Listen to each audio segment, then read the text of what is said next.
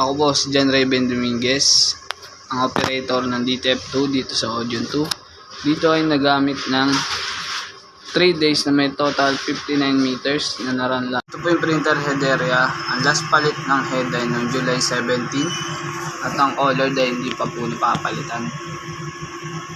Clean.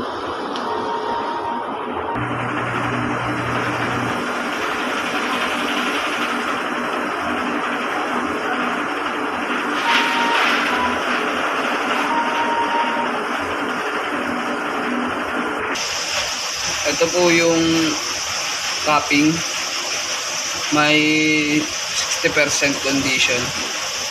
Check.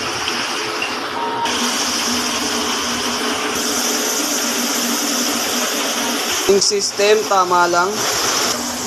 Waste tank ay nilinis kahapon. Ito po yung ABR. Naman ang stock sa Tanyos. Ito po yung pin. Ito po yung SMYK. Sa nagamit, isa sa white, wala po akong nagamit na CMYK powder at film. Po yung daily output at ito po yung maintenance checklist. Yun lamang po, maraming salamat.